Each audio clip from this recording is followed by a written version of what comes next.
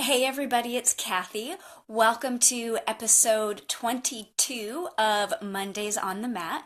I'm coming to you live from my office/yoga room. I am surrounded again by my co-hosts, but they seem to have kind of gotten over the fact that once a week I sit here and talk to my phone. So I'm not thinking we're going to see anybody today, but you never know. They might change their minds and come say hi. So today I'm going to tell you a really interesting story that I think helps to illustrate how we are on our mats is a metaphor for how we are in life, and so we can learn really great life skills on our mat and take them out into our life. So what I'm going to do is go from life to mat and back. And because it's live and unscripted, and I'm talking about some shiz that went down this past week, I might drop a couple words. I'm not sure, but I'd rather be safe than sorry. So if you've got sensitive ears around you and you would rather them not hear adult language, please put in your earphones or wait and watch this later when they're not around. So let's get started. Many of you know, and for those of you who don't know, I'm working on a book called Empty Buckets Overflow, A Quest for Love. And I learned back in November that when you're writing a nonfiction book, you don't submit a manuscript to a agent and then to a publisher to get it published. You submit something called a book proposal. And that was brand new news to me. And if you're interested in learning more about that news and how I took that, please go back and watch episode 9, which is called What Happens in Vegas. I've got a channel over there on YouTube. If you're subscribed, you can just go over there and find episode 9. If you're not subscribed, go into the search bar and search for Kathy Weiss channel. That'll bring it up and you can subscribe. That way you've got access to all the past episodes of Mondays on the Mat, including number 9. And then you'll also get notifications when new videos come up so that you can stay current with what's going on. So I found out about this thing called a book proposal. And apparently what you need to do if you really want your book to get published is treat your proposal with as much care and attention as you would the actual book, if not even more, because this is the thing that's going to get it picked up and sold to a publisher or picked up by a publisher. I was really fortunate to, at this writers' conference in Vegas in November, find out about a really great company called KN Literary Arts, and they connected me with my very first ever official editor to help me create the book proposal. So I've done a lot of writing in the last 10 years with, running a business and a yoga studio and a yoga teacher and a blog. But all of that is like write it yourself, edit yourself. The internet is free, baby. Go ahead and throw it out there no matter what. So this is the first time I've worked with an actual professional editor ever in my life. And so about 2 weeks ago, maybe just a little more than 2 weeks ago, I sent her the very first draft of the book proposal, and in literary terms, it was the shitty first draft. I'm not going to say that it was great, but it was the best that I could do with the tools and the skills and the knowledge that I had. And then last Wednesday, so a few days ago now, not quite a week, I got things back from her, and I got 2 things back. The first one is called an editorial letter. This is it in printed copy. And the other thing that I got back is called, I think technically it's called a developmental edit. It could be called developmental draft. I'm not sure. This guy right here. I'm going to tell you more about both of those. But so what happened on Wednesday when the email came into my inbox is first I had this sensation in my lungs, like there was too much oxygen in the room. And I'm starting to learn that that's what fight or flight feels like, because the lungs dilate to bring in more oxygen so you can, and my focus was like, shoo. Everything kind of drew in and tightened up a little bit. So I'm starting to learn that that's what fight or flight feels like. And I was like, okay, do I open this email right now? Well, Okay, you know what? Let's treat it like a Band-Aid. Let's just rip the Band-Aid off and at least open the email. So I open the email and I see the two attachments, and the letter was first. So I open up the letter and see that it's 9 pages long, y'all. It's 9 pages. I'm like, okay, I'm just going to read the editorial letter. And it starts off so nice. It's like, thank you for the opportunity to let me work on this proposal for your wonderful book. And that being said, I'm going to spend the next 8.5 pages. Yeah, 8.5 pages picking apart your book. And so before I even got past the first, your book is very lovely, it was like a river of tears. You know what? And it wasn't because she was going to pick it apart. Like, I knew that was the whole point. And at that first moment, I didn't know what the river of tears was about. As I read the following 8.5 pages, I was like, okay, I'm feeling it, and I'm in it, and I'm feeling it. So let me print out now 43 pages, y'all. 9 and 43 pages. Let's just, at this point, shit's already going down. Let's go ahead and read 43 pages of comments about how this proposal can get better. And it was like a combination of something she said in the letter, which was that I tend to write in 2 different voices. And then looking at these pages, so this is my text, and she's highlighted it, and she puts comments over here on the side. And some pages are like this, like they've got a few comments and a few highlights. Oh, and then look, page friggin' 2, it's like the entire thing is full of comments. And so same thing, just tears and pouring down my face. And what I thought was, and what I felt, and what all the tears were about, wasn't that she picked it apart, because I knew that was going to happen. It was, I can't do this. I can't do what she's asking me to do. There is no way. Look, I'm still a little bit like upset about it. I'm an unexperienced author. I don't know how to do what she's asking me to do. I can't do this. And so I might as well quit. That's it. I can't do this. I'm going to quit. And it proceeded to feel that way for the next like 2 or 3 hours. I just cried nonstop. Didn't even try to stop myself. I gave myself permission to feel the emotion I'm still feeling now when I think about it, because that's really overwhelming. I'm 1.5 years into this process. I've had nothing but positive energy and belief in myself the whole time.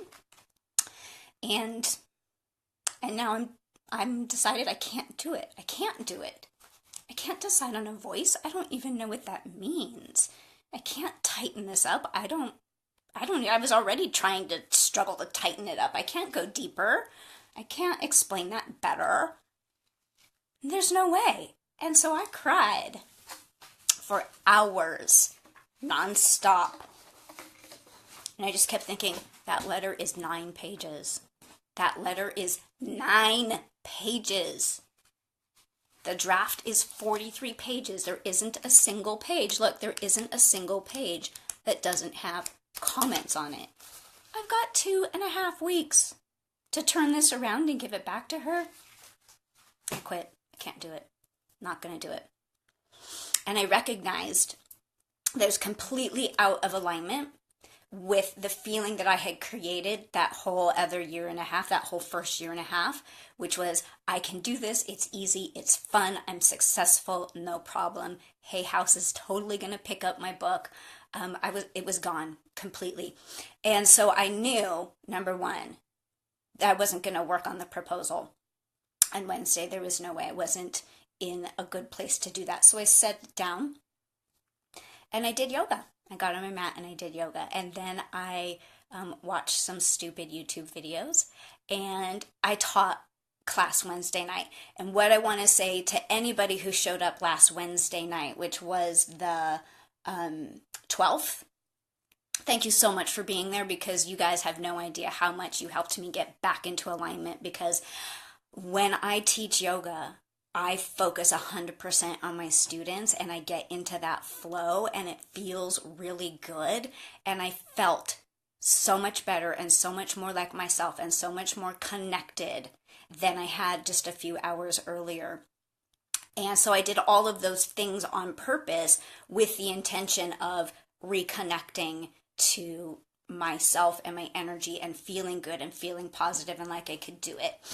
And so Thursday morning of last week, this is no offense to anyone who likes these books, but the first thing that came into my head Thursday morning was 50 Shades of Grey.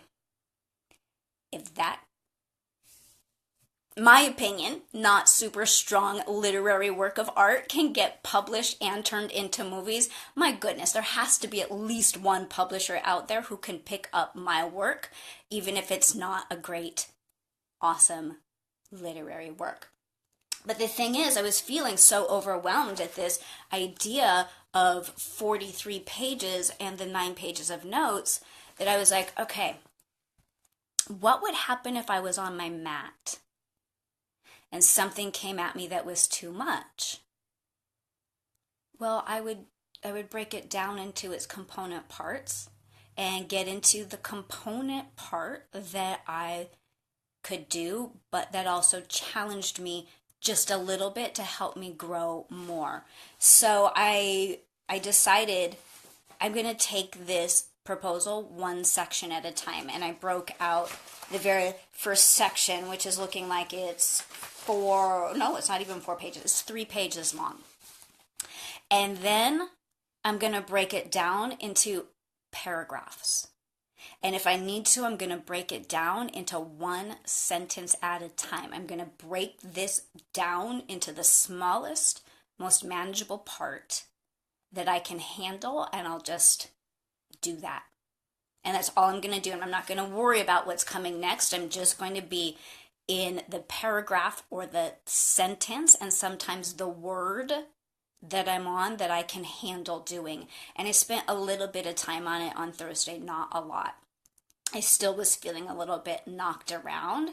But what was really sweet is then again, back to the mat and back to teaching. When I taught on Friday and Saturday, I do this thing where I ask the universe to send wisdom through me to help my students feel better. And it seemed like every piece of wisdom that came up during class on Friday and Saturday was actually for me.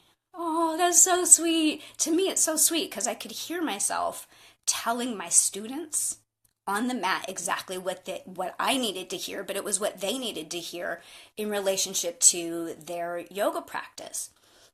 So there was a pose in last week's sequence that was challenging for people, and for many, it was a brand new pose. And so I was saying, if this is a brand new pose, you might get these feelings of like, oh my God, I can't do this. I don't know what's going on. And it's like, fine, break it down to the part that you can do.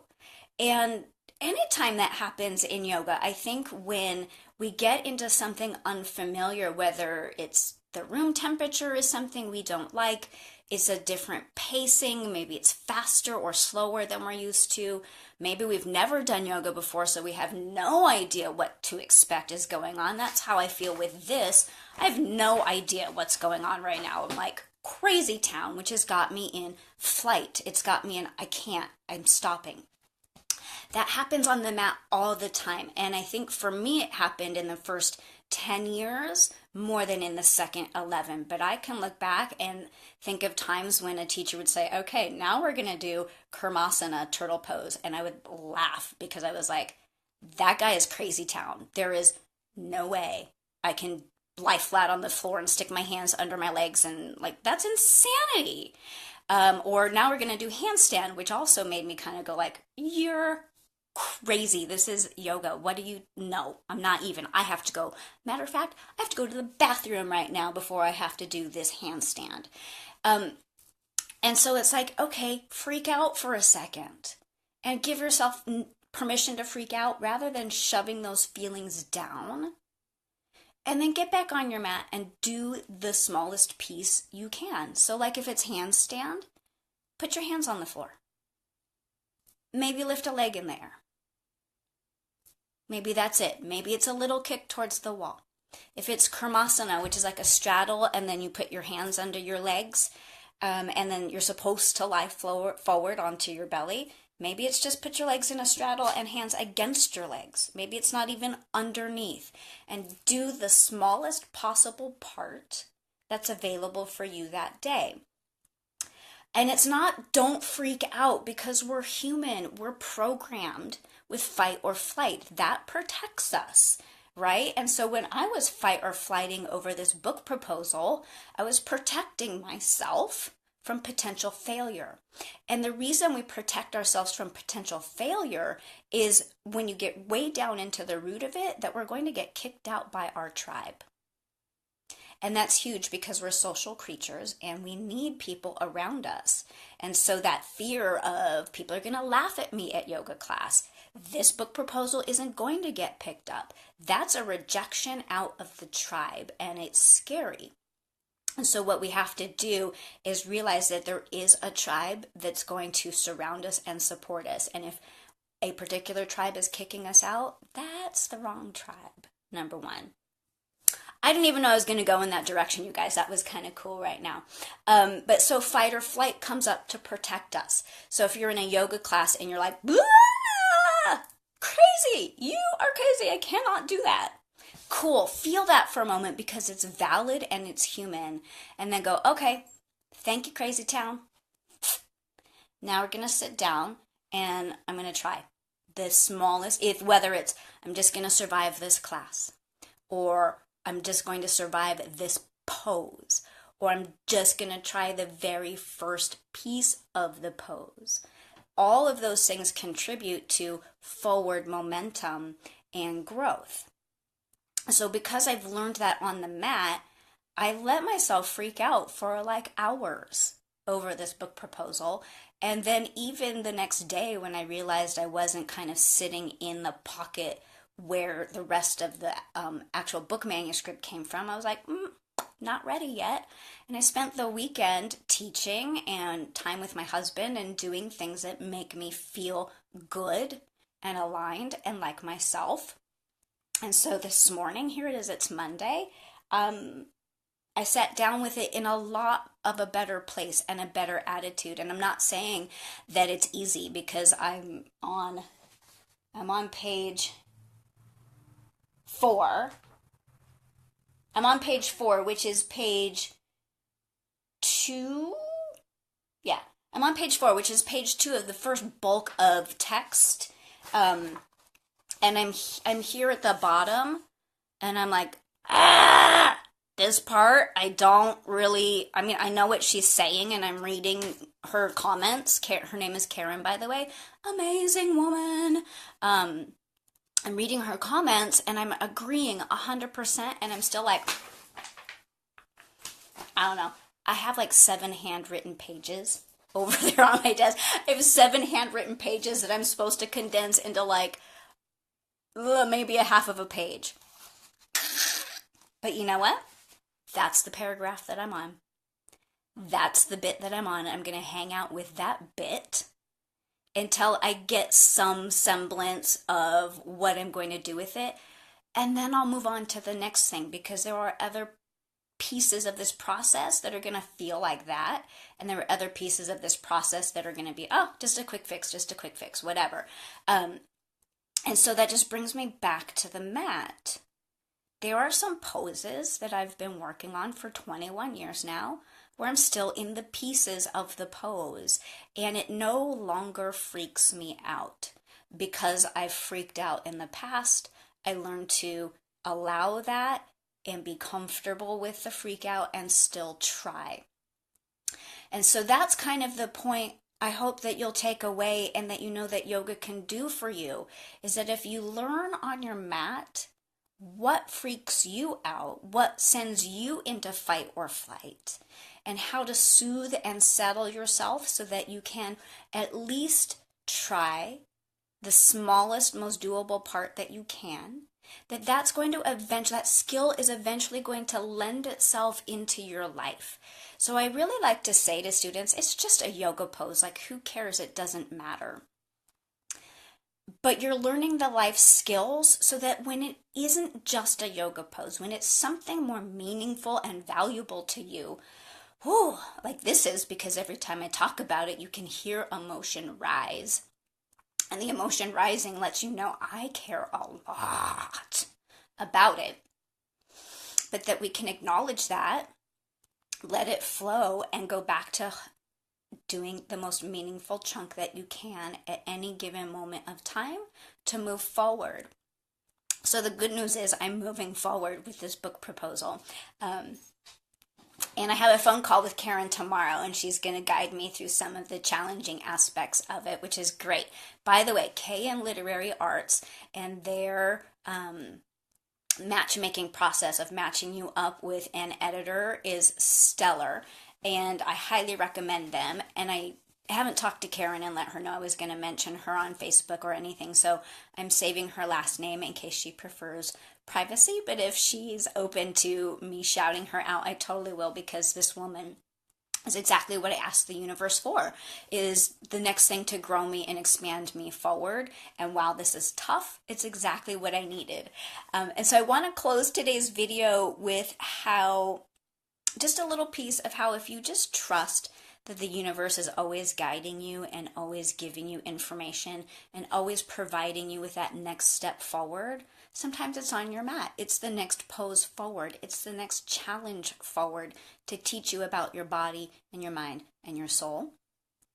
Way back in November of 2015, so this is well over a year and a half ago, I saw Elizabeth Gilbert speak in Napa, and she taught a writing and creativity class, and we wrote these letters to ourselves from different aspects of ourselves, and this one was from my persistence. So my persistence wrote me a letter, and part of what my persistence said was, I will stay with you when you want to quit. I totally wanted to quit, like 100% wanted to quit last week. I will stay with you when you want to quit. You know you will. You always do. Oh my gosh, everything that has ever been super challenging to me, I have always wanted to quit. I think that's so awesome. And it said, and then we will meet up, right? So persistence and I are going to meet up, push on, push forth, and we will make it to the end, the finish line. That moment is so good, you can taste it. Let's go get that moment together again. Are you ready? You know what? Fuck yeah, I'm ready. It's hard, and persistence and I are going to push through, because yoga and being on my mat has taught me that. And I hope that your yoga and you being on your mat can help teach you that as well. Woo! Thank you so much for tuning in and paying attention today. That's my story. I'm sticking to it. I'm sure there's going to be an ongoing saga, because I turn this back into Karen in about 2.5 weeks, and then 2.5 weeks after that, she turns it back to me again, and we go back and forth a few times. So I have a feeling this story is not ended yet. So please stay tuned. Follow me on Facebook and Instagram and YouTube. And yeah, and see what happens, because I'll tell you what, it's like being on a water slide, and things are crazy, and I'm trying to enjoy the ride on the way down, no matter if I eat shit or coast gently off the end of the ramp. I'm so right in the middle of the craziness right now. And I would appreciate you coming along for the ride. So have a beautiful rest of your Monday. Come see me in class this week, and maybe start to pay attention to what lessons on the mat you can take into your life. Tuesday 6:30 to 8, Wednesday 5:30 to 7, Friday 9:30 to 11, and Saturday 10 to 11:30 a.m. I also have a rare one spot open for private lessons if you would prefer to learn your life lessons and your yoga lessons at your pace to meet your own goals. Please feel free to contact me and we'll get you going. I think I already said it, but I'm going to say it again. Have a beautiful rest of your Monday, and I will see you next time. Thanks for tuning in. Namaste.